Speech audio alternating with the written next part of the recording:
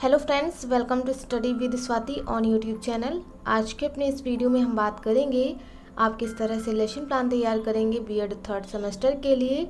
Subject की बात की जाए तो ये आपका कॉमर्स यानी वाणिज्य विषय और नागरिक शास्त्र यानी सिविक्स सब्जेक्ट के लिए है आज का ये लेसन प्लान। यहाँ पर आपको 1 to 30 लेसन प्लान बताए जाएंगे, जिसमें जो शुरुआत के 20 से 25 लेसन प्लान होंगे वो आपके कॉमर्स सब्जेक्ट से रिलेट करेंगे और जो बाकी के होंगे वो आपके सिविक्स यानी इकोनॉमिक्स नहीं, आपका नागरिक शास्त्र यानी सिविक्स सब्जेक्ट है, तो इससे आपका रिलेट करेगा। तो यहाँ पर आप लाइन से देख पा रहे हैं 30 तक लेसन प्लान बताए गए हैं। लास्ट आपका नागरिक शास्त्र से है, तो इस तरह से आप इंडेक्स बॉक्स देख लीजिए, आपको इन सभी सब्जेक्ट के लेसन प्लान देखने को मिलेंगे। ये आपका इलाहाबाद यूनिवर्सिटी के लिए है, आप इसे LU यानी लखनऊ यूनिवर्सिटी या अदर यूनिवर्सिटी के लिए लेसन प्लान बना सकते हैं, क्योंकि लेसन प्लान लगभग एक ही जैसे बनते हैं, किसी भी यूनिवर्सिटी के हों, बनाने का तरीका अलग अलग रहता है लेकिन सब एक ही जैसे होते हैं। इंडेक्स बिल्कुल ऐसे ही आप डालेंगे, विषय सूची जिसे आप कहते हैं, क्रम संख्या, प्रकरण यानी टॉपिक रहता है, विषय कौन सा है तो वाणिज्य है, कौशल का नाम, कौन सा कौशल यूज़ करें वो भी आप डाल सकते हैं, दिनांक, कालांश, पर्यवेक्षक के हस्ताक्षर और विषय अध्यापक के हस्ताक्षर। तो ये सारी चीज़ें आप इस तरह से इंडेक्स बॉक्स में मेंशन कर सकते हैं। तो यहाँ पर अगर हम बात करें वाणिज्य विषय के यानी पाठ्य योजनाओं की, तो हमने 1, 2 और 3 तक की कंप्लीट करा दिया है। अगर आप सीरियल वाइज बना रहे हैं तो इसके लिए आप हमारे चैनल की प्लेलिस्ट चेक करें, आपको सीरियल वाइज लेसन प्लान देखने को मिल जाएंगे। तो आज के इस वीडियो में हम बात करेंगे लेसन प्लान नंबर 4 को लेकर के, जो कि है पुस्तपालन या आपका वाणिज्य विषय से संबंधित है। तो चलिए शुरू करते हैं आज के अपने इस वीडियो को लेसन प्लान नंबर 4 से। तो यहाँ पर हम शुरू कर रहे हैं अपने लेसन प्लान नंबर 4 को, जो कि है पुस्तपालन। तो सबसे पहले आप पाठ्य योजना संख्या डालेंगे, यानी नंबरिंग आप अपने अकॉर्डिंग करेंगे। आप चाहें तो कॉपी भी कर सकते हैं। उसके बाद अपने विद्यालय का नाम, जिस भी विद्यालय में आपकी टीचिंग लगेगी, यहाँ पर उस विद्यालय का नाम मेंशन करना। आप विद्यालय का नाम कॉपी मत करना, ठीक है। उसके बाद छात्राध्यापिका का नाम या छात्राध्यापक का नाम जो भी होगा यहाँ पर मेंशन करेंगे। उसके बाद कक्षा कौन सी है तो कक्षा 9 है, विषय आपका वाणिज्य है, प्रकरण है आपका, टॉपिक है बही खाता या पुस्तपालन, पर्यवेक्षक का नाम है, जो भी यहाँ पर रहेगा पर्यवेक्षक उसका नाम डालेंगे, ठीक है, ये कॉपी मत करना। दिनांक के लिए कॉलम छोड़ देना है, या दिनांक अगर आप सीरियल वाइज बना रहे हैं तो डेट यहाँ पर मेंशन कर सकते हैं। कालांश यानी पीरियड कितने मिनट का है तो 30 मिनट का यहाँ पड़ा है, मिनिमम आप 35 मिनट भी डाल सकते हैं और मैक्सिमम आप 40 to 45 मिनट भी डाल सकते हैं, ये भी अपने अकॉर्डिंग आप डाल सकते हैं। वादन क्या होता है, वादन में आप कौन सा पीरियड चल रहा है, first, second, third, fourth, fifth, जो भी चल रहा है यहाँ पर वो चीज़ें आप मेंशन करेंगे वादन में। तो इस तरह से इतनी चीज़ें आपको मेंशन करनी है शुरुआत में पाठ्य योजना पर। उसके बाद हम आते हैं सामान्य उद्देश्य की तरफ, जो कि है आपका विषय से संबंधित। इसमें आप बच्चों को विषय से संबंधित सामान्य जानकारियाँ देते हैं। विषय आपका वाणिज्य, तो इसे पूर्ववत लिख दिया है क्योंकि इसे हमने पहले बता दिया है कि किस तरह से आप सामान्य उद्देश्य लिखेंगे। सामान्य उद्देश्य में आप सामान्य जानकारियाँ देंगे, जैसे वाणिज्य विषय के संदर्भ में बच्चों को ज्ञान कराना कि वाणिज्य विषय का वो किस तरह से दैनिक जीवन में प्रयोग कर सकते हैं, क्या क्या यूज़ है, क्या इम्पोर्टेंट है, तो ये चीज़ें आप सामान्य उद्देश्य में बता सकते हैं विषय से संबंधित। ये सारी चीज़ें सामान्य उद्देश्य में आ जाएंगी। अगर आप इसे देखना चाहते हैं तो इसके प्रीवियस वीडियो में ज़रूर देखिए, इसको डिटेल में बताया गया है। चलिए नेक्स्ट आएगा व्यवहार परक उद्देश्य। व्यवहार परक उद्देश्य में आप विशिष्ट उद्देश्यों को लिखते हैं, ठीक है। इसमें दिया है प्रस्तुत प्रकरण के अध्ययन के उपरांत जो चीज़ें आएंगी, जैसे ज्ञानात्मक उद्देश्य, भावात्मक उद्देश्य और अनुप्रयोगात्मक उद्देश्य, ठीक है। ज्ञानात्मक उद्देश्य में आप चीज़ों का ज्ञान कराएंगे कि बही खाता की परिभाषा क्या है उसे आप बता पाएंगे, लेखाकर्म का अर्थ बता पाएंगे, तो ये चीज़ों का ज्ञान कराना हुआ। फिर बोधात्मक में ये बोध से संबंधित है, इसमें आप लिखेंगे बही खाता और लेखाकर्म में अंतर क्या है ये बच्चे बता पाएंगे, विद्यार्थी बही खाता के उद्देश्य बता सकेंगे। उसके बाद लास्ट में है प्रयोगात्मक उद्देश्य, यानी प्रैक्टिकली चीज़ें आप किस तरह से बताएंगे। तो इसमें विद्यार्थी बही खाता के प्रयोग के क्षेत्र की सूची बता पाएंगे, विद्यार्थी बही खाता का प्रारूप बना सकेंगे। ये हो गए प्रयोगात्मक उद्देश्य, यानी इसमें प्रैक्टिकली चीज़ें बच्चे बना करके दिखा पाएंगे, ये आपका प्रयोगात्मक उद्देश्य हो जाएगा। तो इस तरह से ये हो गए आपके विशिष्ट उद्देश्य, जो कि याद रखना या आपके टॉपिक से रिलेट करेगा, प्रकरण से संबंधित रहेगा। इसमें आपका प्रकरण है बही खाता या पुस्तपालन, तो उससे संबंधित आप व्यवहार परक उद्देश्य लेकर के चलेंगे। तो आई होप ये चीज़ें समझ में आ गई होंगी। नेक्स्ट पॉइंट है शिक्षण उपकरण या टीचिंग एड्स या टीचिंग मटेरियल। जो भी आप चीज़ें यूज़ करेंगे अपने टॉपिक को पढ़ाने के लिए, वो आप शिक्षण उपकरण में शो करेंगे। जैसे आपने श्यामपट्ट का प्रयोग किया, चौक, डस्टर, मार्कर, पॉइंटर, कोई चार्ट हो गया, टॉपिक से रिलेटेड पुस्तक हो गई, तो ये चीज़ें आप शिक्षण उपकरण में शो कर सकते हैं। अदरवाइज आप ऐसे ही कॉलम बना करके छोड़ भी सकते हैं। वैसे चीज़ें मेंशन कर दीजिएगा जो तो ज़्यादा फ़ायदा रहेगा, क्योंकि यही सारी चीज़ें वाइवा में देखी जाती हैं। उसके बाद नेक्स्ट पॉइंट आएगा पूर्व ज्ञान यानी प्रीवियस नॉलेज। छात्र या छात्राओं को पहले से क्या कुछ पता है विषय या टॉपिक से रिलेटेड, तो विद्यार्थी बही खाता के विषय में सामान्य जानकारी रखते हैं। ये है बच्चों का पूर्व ज्ञान यानी प्रीवियस नॉलेज, जो कि उनके टॉपिक से रिलेट करेगा। चलिए आगे बढ़ेंगे नेक्स्ट पॉइंट की तरफ, जो कि है पाठ प्रस्तावना। इसमें आप पाठ से संबंधित संभावित प्रश्न बच्चों से निकलवाने के लिए इंट्रोडक्टरी या प्रस्तावना प्रश्न या पाठ प्रश्न बनाते हैं। इसके लिए आप 3 कॉलम मेंशन करेंगे। क्रम संख्या, सीरियल नंबर रहेगा, छात्राध्यापिका क्रिया या छात्राध्यापक क्रिया यानी टीचर्स एक्टिविटी, इसके बाद छात्र अनुक्रिया यानी स्टूडेंट्स रिस्पॉन्स। तो इसमें आप पहला प्रश्न बच्चों से करेंगे, प्राप्त आय में से शेष बचत का हम क्या करेंगे। बच्चे बताएंगे शेष बचत हम जमा करेंगे या जमा करते हैं। फिर आप दूसरा प्रश्न करेंगे, रुपए हम कहाँ जमा करते हैं। बच्चे बताएंगे रुपए हम बैंक या डाकघर में जमा करते हैं। फिर आप तीसरा प्रश्न पूछेंगे, एक साधारण व्यक्ति के लिए बैंक में कौन सा खाता खोला जाता है। बच्चे कहेंगे बचत खाता। फिर आप चौथा प्रश्न करेंगे, बैंक जमा राशि और विकास राशि का ब्यौरा कहाँ लिखता है। तो बच्चे कहेंगे बही खाता में। फिर आप यहाँ पर जैसे रिलेट नहीं कर रहा है क्वेश्चन, इसको आप थोड़ा रिलेट करके भी लिख सकते हैं। जैसा कि यहाँ पर तीसरा था, एक साधारण व्यक्ति के लिए बैंक में कौन सा खाता खोला जाता है, तो बच्चों ने बताया बचत खाता खोला जाता है। फिर आपने चौथा प्रश्न यहाँ पर कर लिया, बचत खाता क्या है, तो बच्चे यहाँ पर बताएंगे कि बचत खाता वह है जहाँ पर हम अपनी छोटी छोटी बचत को बैंक में इकट्ठा करते हैं, जिस पर हमें कुछ ब्याज भी प्राप्त होता है। तो इस तरह से आप चौथा प्रश्न करेंगे। फिर पांचवा प्रश्न यहाँ पर आप पूछ सकेंगे बच्चों से कि जो बैंक है वह इन बचतों का ब्यौरा कहाँ पर लिखता है, तो बच्चे बताएंगे बही खाता में लिखता है। तो फिर आप पांचवा प्रश्न करेंगे कि बही खाता क्या है, तो बच्चों के लिए समस्यात्मक प्रश्न आ जाएगा, छात्र निरुत्तर हो जाएगा। यहीं से आप अपने उद्देश्य कथन को लेकर के चलेंगे।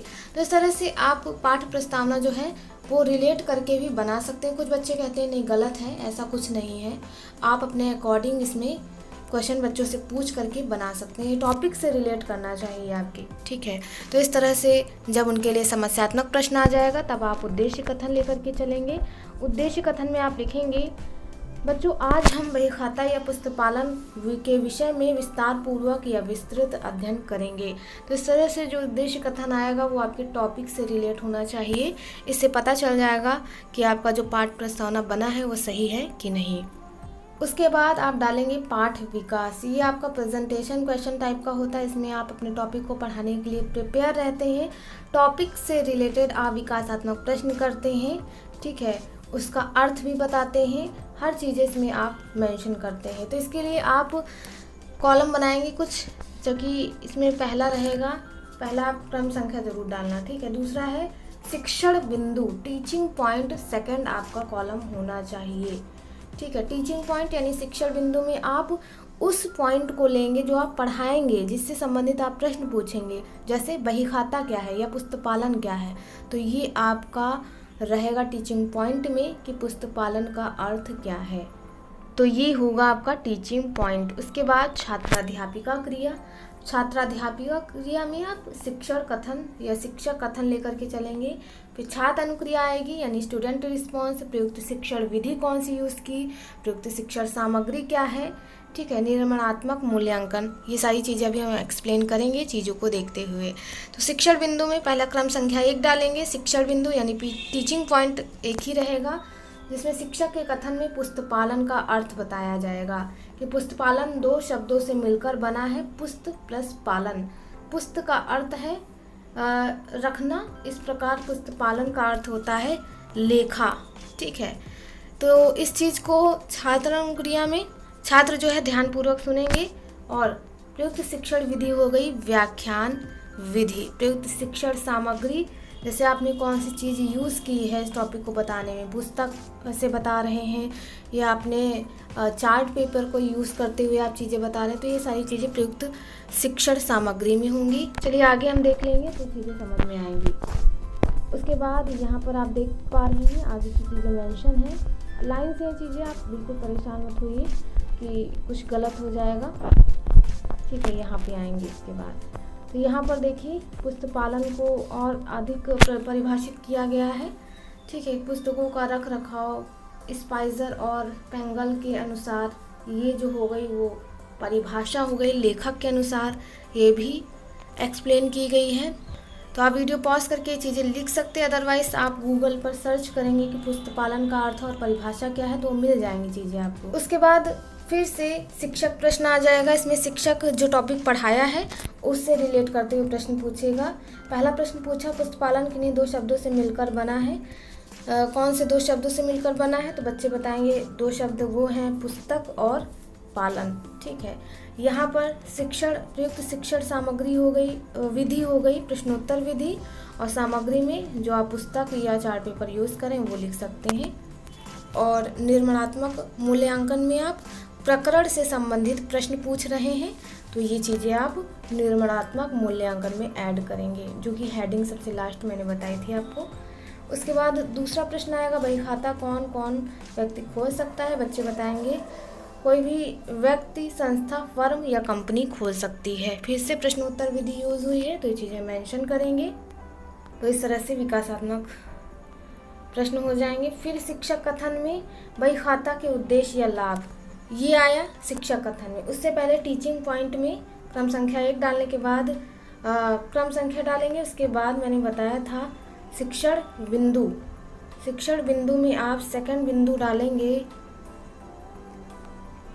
सेकंड बिंदु आपका क्या रहेगा? बही खाता के उद्देश्य या लाभ, ये हेडिंग पढ़नी चाहिए।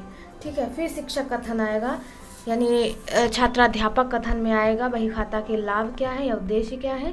तो इस तरह से जो उद्देश्य या लाभ 2-3 बताए गए हैं, आप इन चीज़ों को देखिए, पढ़िए, वीडियो पॉज करके लिखिए। अगर यहाँ से समझ में नहीं आता है तो आप गूगल पे सर्च कर लेना कि बही खाता के उद्देश्य या लाभ कौन कौन से, तो आपको देखने को मिल जाएंगे। आप कॉपी वहाँ से भी कर सकते हैं, काफ़ी सारी चीज़ें वहाँ से मिल जाएंगी। ठीक है, तो इसके अतिरिक्त आप फिर से जो आपने लाभ या उद्देश्य बताए हैं बच्चों को, उनसे रिलेट करते हुए आप प्रश्न बनाएंगे।